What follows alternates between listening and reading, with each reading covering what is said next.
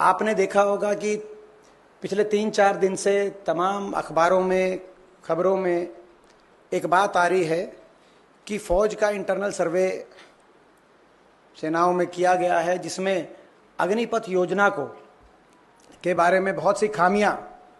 हमारे देश की सेनाएं बहुत सी खामियों का सामना कर रही हैं और इन खामियों को किस तरीके से ठीक किया जाए उसके बारे में अलग अलग अटकलें इन जो इंटरनल सर्वे, जो आर्मी का इंटरनल सर्वे जिसको कोट करके सारे अखबारों ने ये अपनी खबरें प्रकाशित करी हैं, उसमें कुछ बातें निकल के आई हैं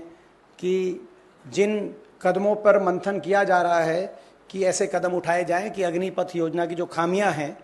उनको, त्रुटियों कैसे दूर किया जाए, जिसमें उदाहरण के तौर पे कहा जा रहा है कि 4 साल से बढ़ाकर अग्निवीर का टेन्योर 7 साल किया जाएगा, या 25% रिटेन करने की बजाय 60 से 70% अग्निवीरों को रिटेन किया जाएगा, या जो ट्रेनिंग पीरियड है वो 24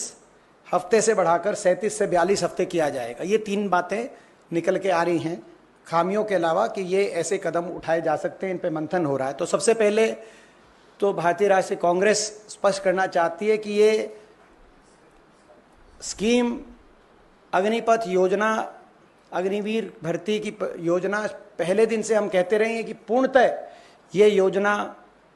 ना देश हित में है, ना देश की फौज के हित में है, ना देश के नौजवान के हित में है, ना देश की सुरक्षा के हित में। और हमारी पहले दिन से मांग रही है कि इस योजना को रोका जाए और फौज की पक्की भर्ती दोबारा से शुरू करी जाए। और ये जो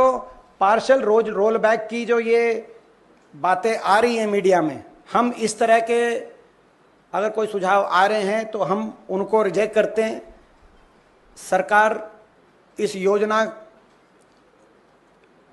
की खामियों को स्वीकार करते हुए अपनी गलती स्वीकारे और पूर्णतः इस योजना को वापस लिया जाए पूरी तरीके से। और